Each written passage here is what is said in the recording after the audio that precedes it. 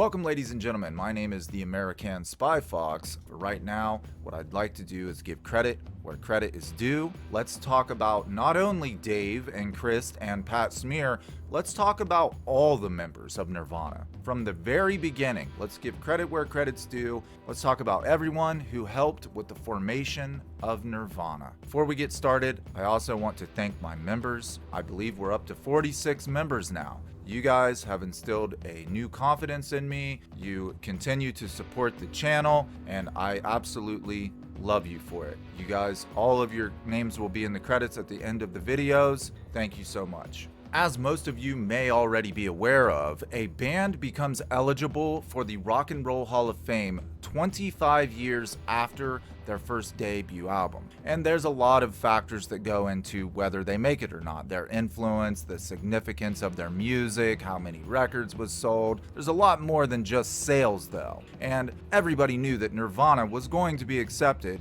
as soon as they were eligible. Dave Grohl does something during his acceptance speech that made me respect him so much more. Dave credits all the past drummers in Nirvana except for one. But most of you don't know that I was the fifth drummer of Nirvana. For whatever reason, I got to be the luckiest person in the world and also be in Nirvana. But I have to give credit to all of the other drummers that came before me.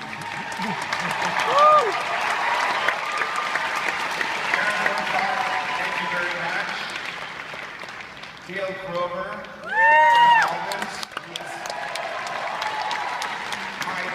drumming hero, Chad Shannon. Are you over there, Chad? Hey, Chad! So, here's the thing. Guess what Chad's responsible for? If you listen to a song like In Bloom, the that's Chad. When I joined the band, I had the honor of playing Chad's parts. So, Chad, thank you very much for allowing me to play your drum parts. I appreciate that very, very much. Dan Peters from Mudhoney. Got to play one show with Nirvana. But there's a lot of people that made this possible. People that you might not know.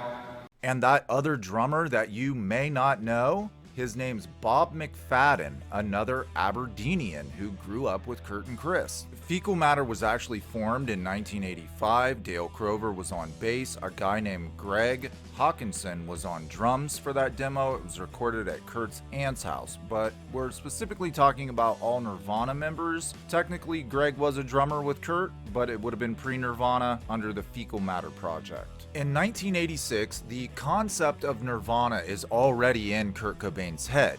He's actually recorded a demo tape under the name Fecal Matter. He had passed this tape around to anyone who would listen to it, trying to recruit band members. Matter of fact, it took Kurt several months to get Chris Novoselic on board. Chris finally listened to that demo tape and said, hey, this is pretty good. Maybe I do want to join a band with you. So from that point, they needed a drummer, and they recruited a fellow classmate by the name of Bob Mcfadden. Bob was into jazz drumming in their local high school band. Many people are unaware of this, but Nirvana actually began as a Creedence Clearwater Revival cover band. Kurt, yes, he already had the demo. He already had some of the songs that would become amazing #1 hits in the future, but as a lot of young high school boys and girls do, they join cover bands. That way, friends will invite them to parties, keg parties, to play their favorite songs. You almost become like a jukebox. I myself went through that process, and I will say for any young aspiring musicians out there, the best thing you can do when you're learning your instrument is to play in a cover band. Kurt Cobain did it, you should probably try it too. Unfortunately for Bob, he didn't last long. However, that was not because of lack of talent. Kurt and Chris wanted him to be a part of what they were doing. Bob tells us in a later interview why he chose to leave Nirvana before it even really got off the ground. So the interviewer, Nick, says your names come up again and again with regard to the Nirvana story, and yet looking through all the books, you're kind of not there. I was reading an interview the other day, a very early interview, where the interviewer asked Kurt and Chris how many drummers the band has had, and the first thing Kurt asked Chris is whether they will start with Bob or not. I just wanted to flesh out what that time was, and it ended up being August of 1986 into the end of September 1986. Bob says, I grew up in Aberdeen. That's where I went to elementary school and high school. This was pre-grunge movement, and though there were a few punk rockers around Aberdeen, most of us were just in cover bands and doing covers of Sabbath, Zeppelin, some old rock and roll. That's what we were getting together and rehearsing then when we'd go out and play the parties. So they were doing these covers so they would get invited to keg parties, basically, and be able to hone their skills in front of a live audience. Bob was actually involved in a band with Chris Novoselic's brother, Robert. Robert ends up introducing them to Kurt and Chris. He says, I got approached by Chris. It's supposed to say Christ, but they have obviously misspelled his name. I got approached by Chris late in my senior year, maybe right after, and that's when he asked me to come hang out with him at Maria's hair salon and sit in with him and Kurt. This is where Kurt and Chris would practice. Don't quote me on this, but I believe Maria's hair salon was Chris' mother's hair salon. If I'm wrong about that, correct me in the comments. I didn't actually know Mr. Cobain very well. I'd seen him around some parties and some of that scene, but he was a pretty quiet, reserved guy. So I was asked by Chris to come and sit in. So I met them over at Maria's salon. I was only there for a few weeks, and that's why you won't see me in a lot of publications, because I was only involved pre-Nirvana. I would still count him in personally, because this is when Chris and Kurt are honing their skills. This is when everything's starting to come together. And technically, Bob was their first drummer. Now, I also made a video about friends of Kurt Cobain's, whether they be from Aberdeen or Olympia, who got really jealous over Kurt and Chris' successes. Other people who were involved in bands that were pretty big, but then when Nirvana came along, they just blew their friends' bands out of the water. A lot of people disagreed with me. It was about 50-50. I want to direct your attention to the lower part of this interview where Bob talks about jealousies.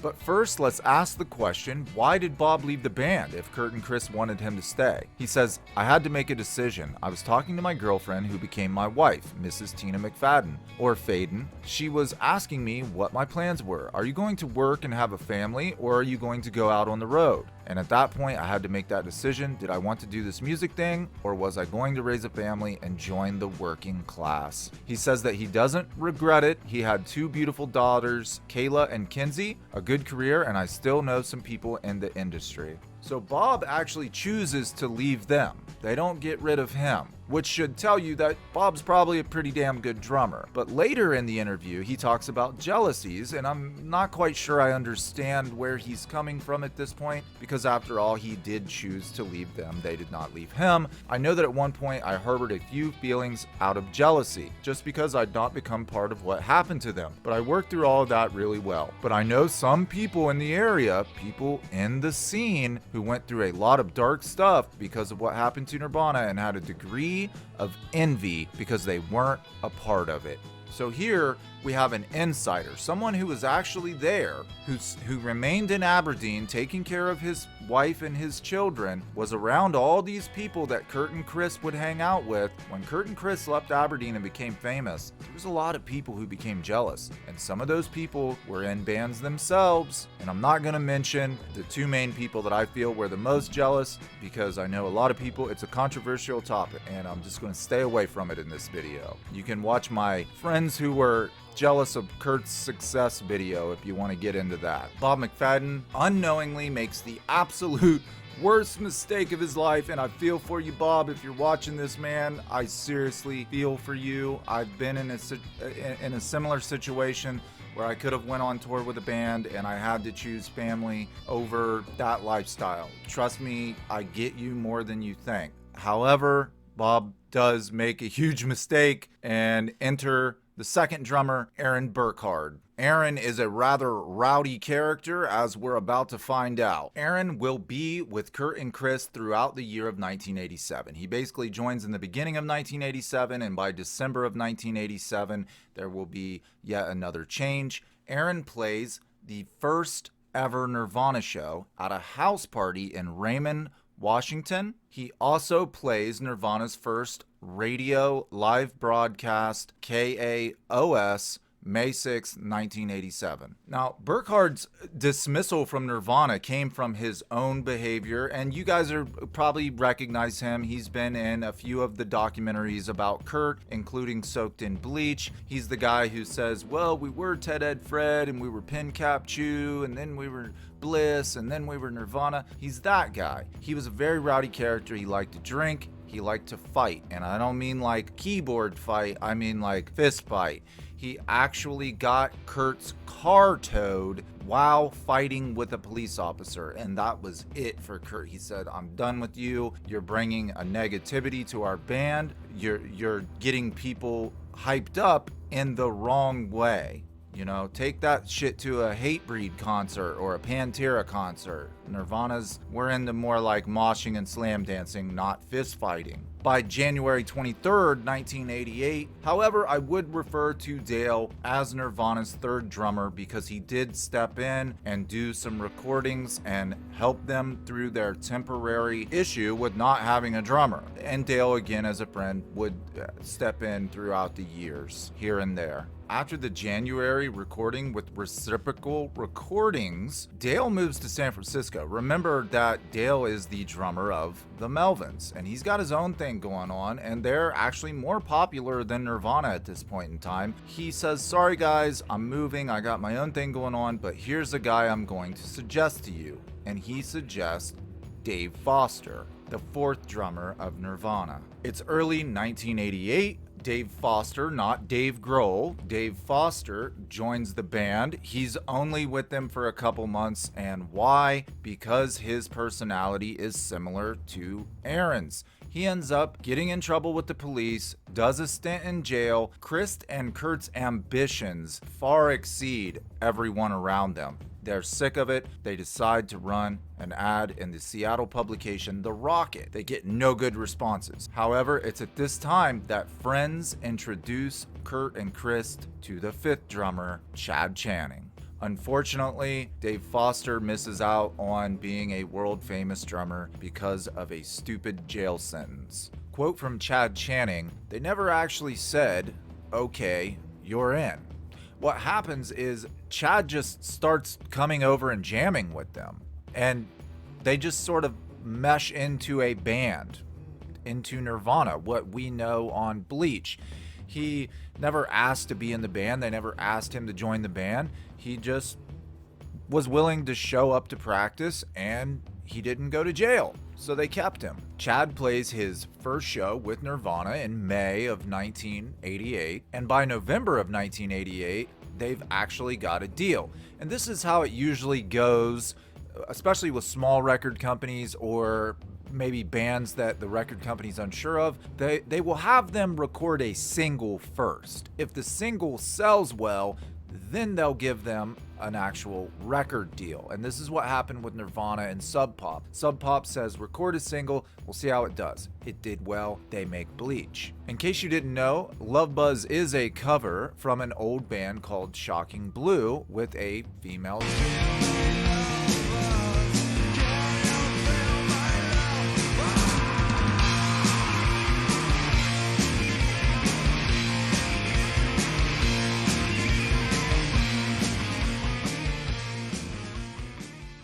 Once Kurt and Chris have a reliable drummer that they can depend on not to go to jail or start any fistfights with the crowd, things really start to take off, and they end up adding another guitarist, Jason Everman. Jason Everman does join the band for a short period of time. He did not record on Bleach, but he did a little bit of touring. He was unhappy.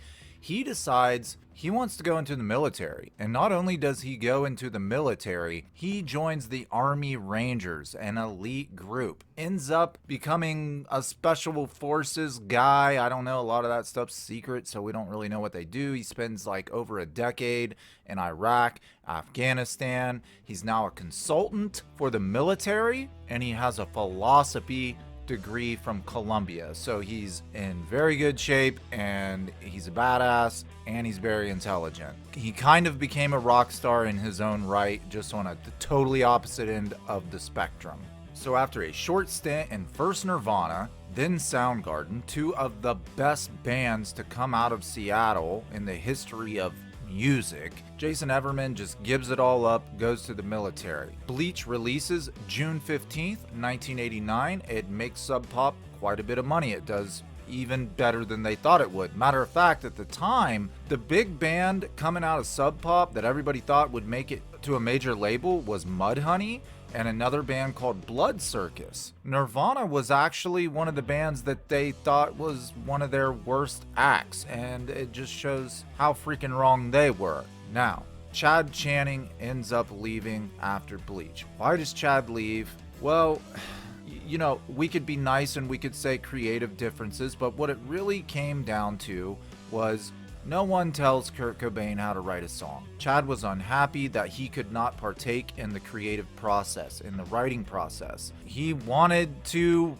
help Kurt write songs. He wanted to write songs of his own and include them on the Nirvana roster. And Kurt knew in his mind that this is my band. I write the songs. I make up the guitar parts. And, you know, looking back, I'm sure Chad regrets it. I'm sure he wishes he would have just kept his mouth closed. Dave Grohl, in an interview, I think it may have been with Howard Stern, I can't remember. They asked him, well, obviously you're a good singer-songwriter. You sing for the Foo Fighters. You're successful. Did you ever offer any of these songs to Kurt? And yes, they did play one of Dave's songs. It was called Marigold, in case you're curious. But Dave was smart enough to say, you know, what's the quickest way a drummer gets kicked out of a band? He tries to offer up his own songs, right?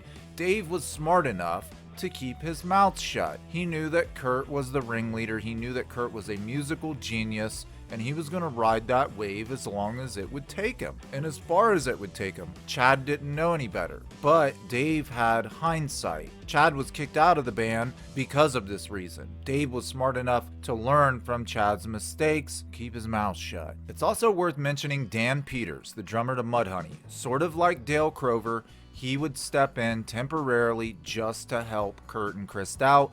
He was the drummer when they released their single, when they recorded their single, Sliver, not Silver, Sliver. That was Dan Peters drumming. Even though Dave is in the video, it was actually Dan Peters who did the recording, and that's why in the video you see the Mudhoney poster in the background behind Dave. It's a little nod to Dan Peters, a little thank you. And of course, I can't forget everybody's favorite rhythm guitarist, Pat Smear. Pat Smear joined Nirvana the summer of '93. Obviously, it was short-lived. He got to play with them less than a year. Pat came from a legendary punk rock band called The Germs. In case you didn't know, you might want to check those guys out if you're into that early punk rock. Pat is a veteran when it comes to the punk rock scene, and as we all know, he joined Dave later with the Foo Fighters, and they went on to sell a bazillion, gazillion records, and they're probably two of the richest musicians on earth right now, besides Courtney Love, because she has Kurt Cobain's money, but